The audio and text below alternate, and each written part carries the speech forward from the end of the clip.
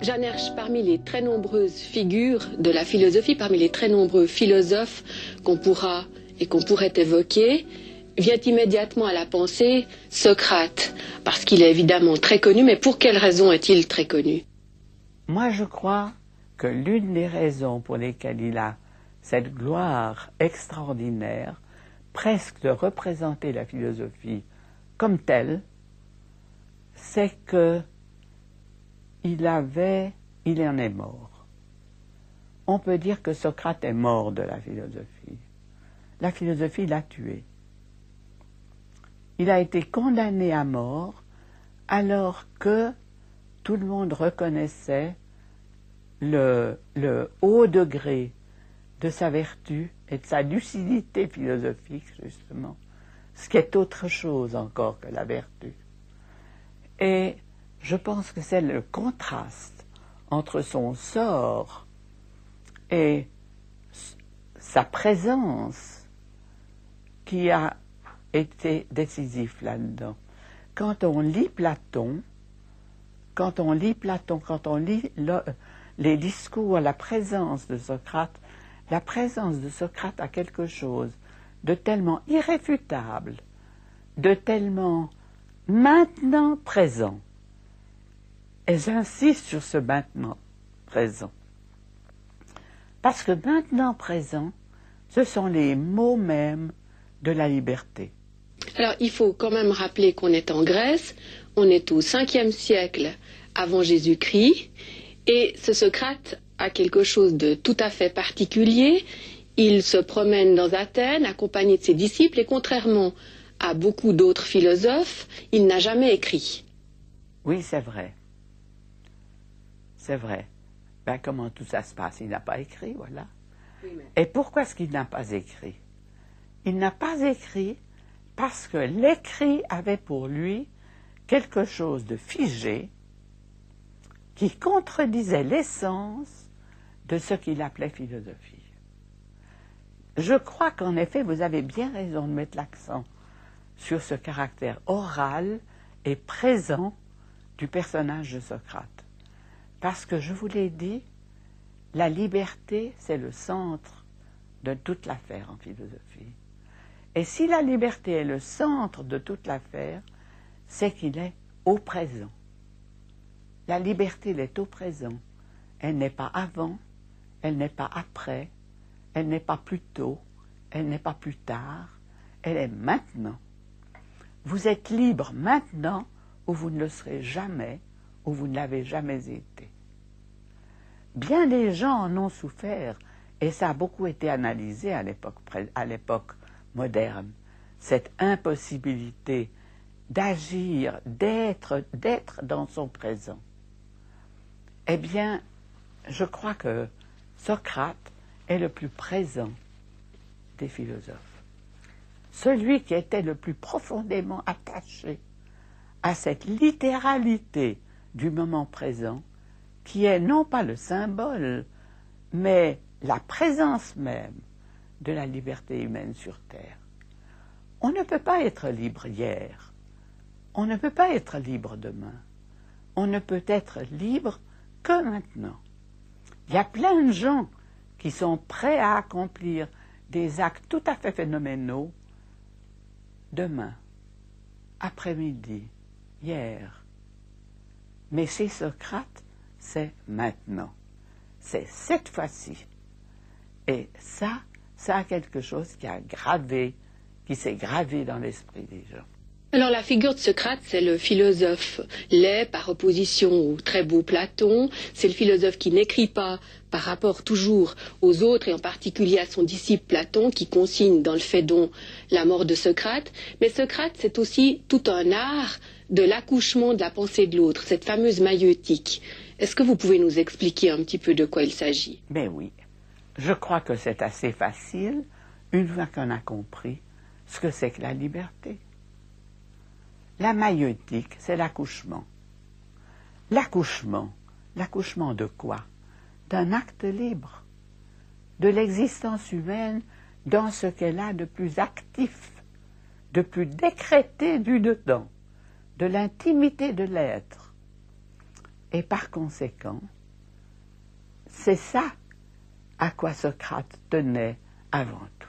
Comment s'y prenait-il pour accoucher la liberté de l'autre? Pour accoucher la liberté de l'autre, il l'interrogeait et il ne lui donnait pas la réponse. Alors il lui posait des questions qui l'obligeaient à chercher, lui, sa réponse. Si ce n'était pas maintenant, c'était la prochaine fois. Mais il trouverait le moment où il le mettrait devant la liberté, devant le déchiffrage, la découverte, le creuset de la liberté. Et tout ça se tient chez Socrate, y compris sa vie, y compris sa mort. Alors, à propos de sa vie, sont restés en tout cas un certain nombre d'adages célèbres, dont le fameux « connais-toi toi-même ». Qu'est-ce que ça signifie en fait, ce « connais-toi toi-même » ? À l'heure actuelle, on pourrait croire que c'est de l'ordre de la psychanalyse, mais c'est pas du tout ça. Pas du tout. Absolument pas de la psychanalyse, et absolument pas d'ailleurs de la psychologie. Connais-toi toi-même, ce n'est pas une science objective. Ce n'est pas une science dans laquelle on se contentera de faire le tour de soi en pénétrant dans les petites alvéoles discrètes où on va maintenant consulter un psychanalyste.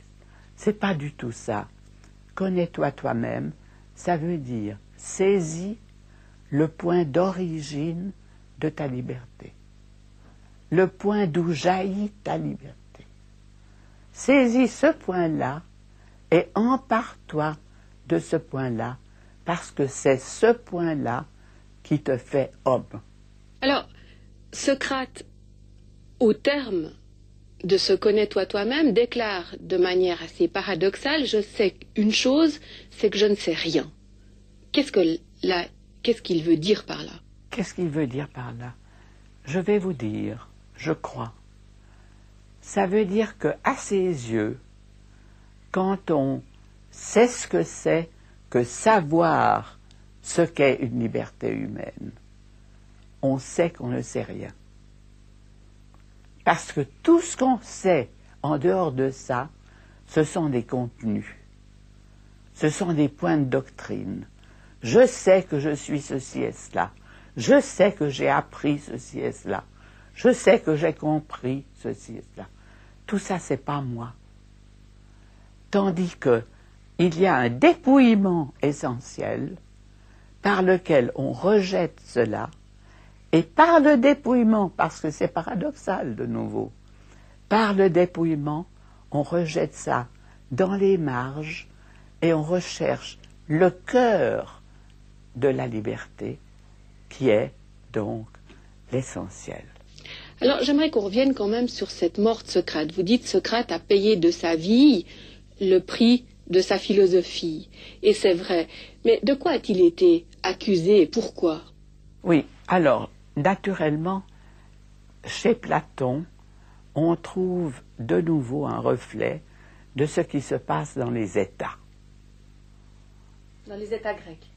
Dans les États grecs et dans les autres États, pas grecs. Je veux dire, dans les États en général, quand on est dans un État, le problème qui est posé à votre liberté et dont vous devez faire façon, auquel vous devez imposer votre volonté, même au prix de votre vie. Nous allons voir tout à l'heure ce que c'est. Eh bien, à la recherche de ce point, il nous faut sacrifier toute une quantité d'obligations, soi-disant obligations, qui prennent la place de cette nécessité-là et qui se donnent pour la liberté. Et je vous dirais que cela, c'est peut-être le côté le plus actuel de l'enseignement de Socrate.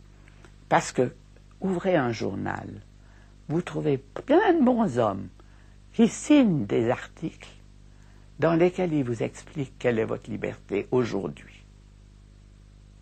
Ils le savent tous. Il n'y a que vous qui ne le savez pas. Et il y a eux qui ne le savent pas quand ils sont dans la situation. Alors il y a un exercice de la présence historique qui est l'exercice platonicien par excellence.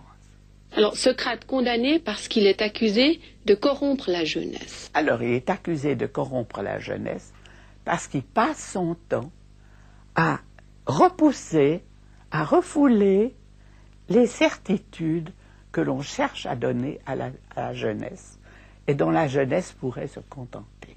Au fond, c'est la qualité d'esprit critique. Plus que ça, c'est l'esprit critique, mais beaucoup plus profond peut-être que vous ne l'entendez en ce moment. L'esprit critique, c'est d'arriver ici, chez Platon, c'est d'arriver à la vraie authenticité de sa propre décision absolument indépendante. Absolument indépendante. Et à aucun degré asservie par le conformisme, par la commodité, par les conséquences. Vous savez, on entend tellement de nos jours discuter sur le plan des options politiques. Et chacun vous brandit un comportement comme étant le comportement libre. Voilà le comportement libre. Je vous l'apporte. Et puis il y en a qui croient que oui, elles se mettent à marcher en colonne et ils vont aux manifestations, ou bien pas aux manifestations, peu importe. Tandis que là, chez Socrate, le travail est un travail de dénudement constant de ce que Jaspers a appelé beaucoup plus tard l'existence. C'est-à-dire être là, répondre présent au moment historique dans lequel on se trouve. Alors, racontez-nous la scène même de la mort de Socrate. Elle est saisissante, cette scène. Oui, mais je crois que tout le monde la connaît, non? Bon. Eh bien, Socrate est en prison. Socrate est en prison. Et il veut mourir. Il veut mourir. Il n'a pas choisi de mourir. Mais puisqu'il a le choix entre mourir et ne pas avoir cette liberté radicale dont il parlait et qui est seule à ses yeux une légitimation d'un comportement politique, alors il va affronter la mort, la subir et donner par là le poids que vous reconnaissez vous-même à sa mort désormais. C'est-à-dire que Socrate est donc condamné à mort par les lois d'Athènes, oui. Et ses disciples lui proposent de fuir dans un autre petit royaume, oui. et par conséquent d'échapper, ce qui était assez facile, à cette condamnation. Et Socrate, à ce moment-là, répond non. Il répond non, parce que s'il répondait oui, il accepterait d'enlever le sens à cet acte qui était l'essentiel à ses yeux. Et alors Platon rapporte cette dernière phrase qui eût été celle de Socrate, « Il faut sacrifier un coq à Esculape ». Voilà. Qu'est-ce que ça veut dire? Qu'est-ce que ça veut dire?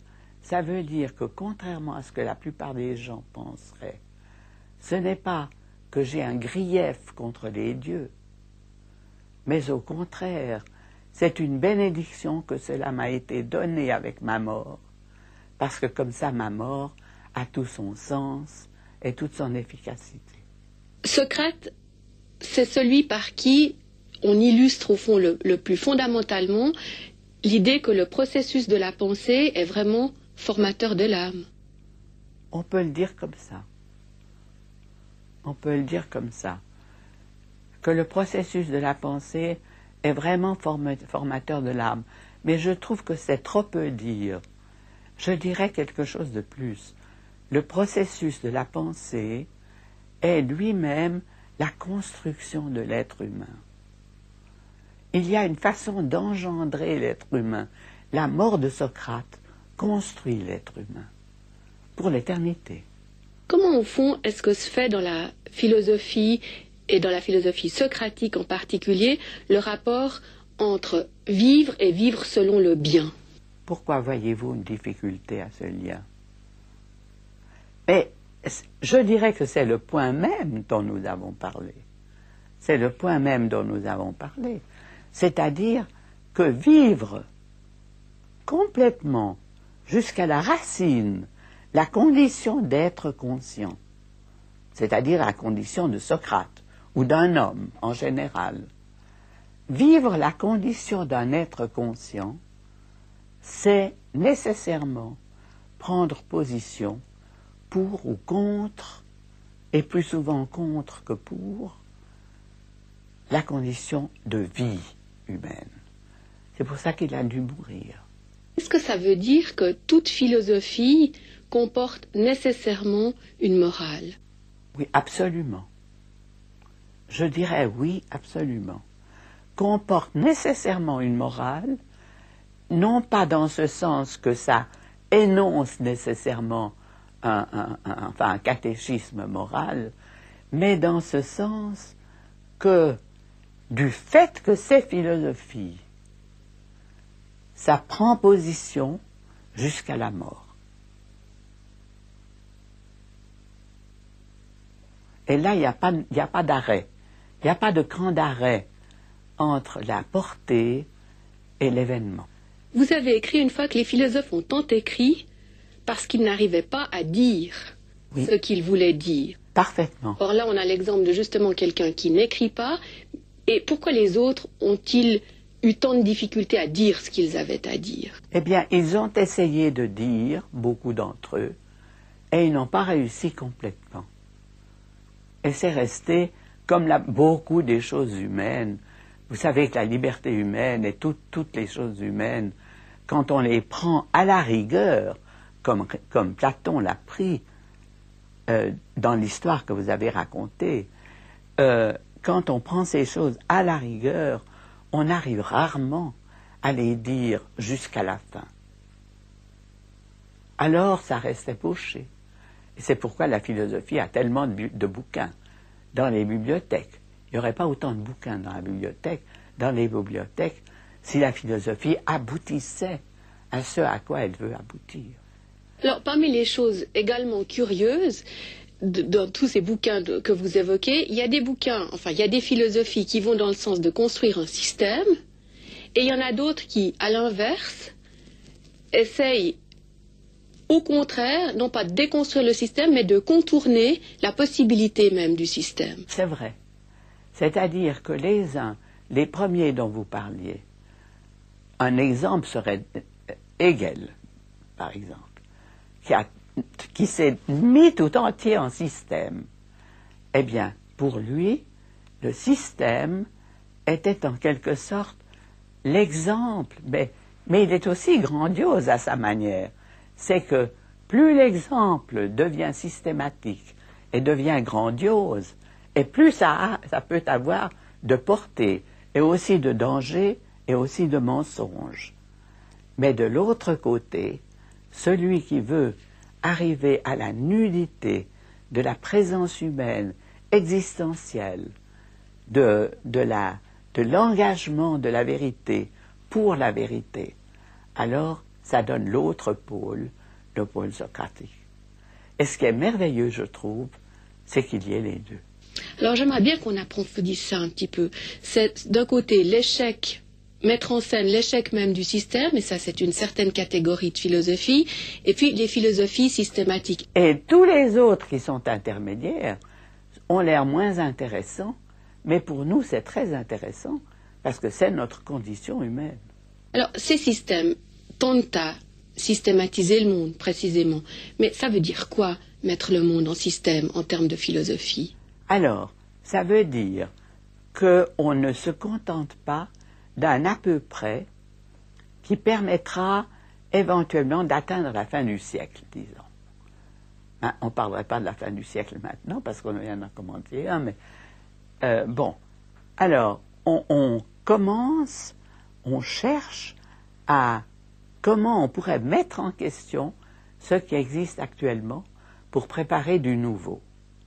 Ou bien, au contraire, on cherche à consolider au maximum ce qui existe déjà.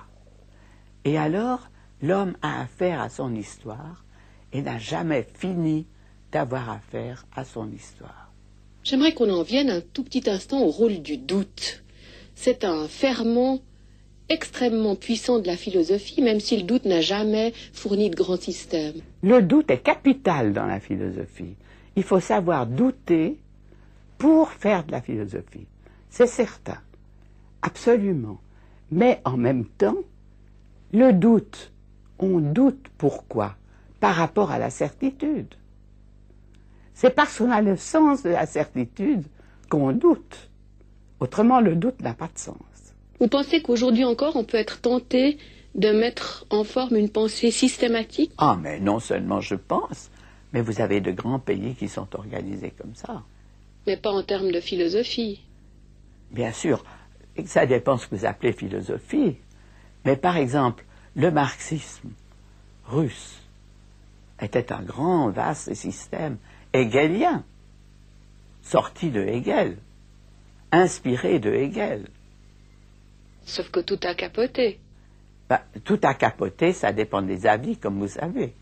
Les gens s'entretuent pour savoir si c'est capoté ou pas capoté. Et puis il y a toutes sortes de façons de capoter. En histoire, ça recommence, ça reprend, etc., etc. C'est toute l'ambiguïté de l'histoire. À votre sens, la pensée est plus riche quand elle est systématique ou quand précisément elle met en échec le système? À mon avis, la pensée est la plus riche quand elle est humaine, c'est-à-dire ambiguë.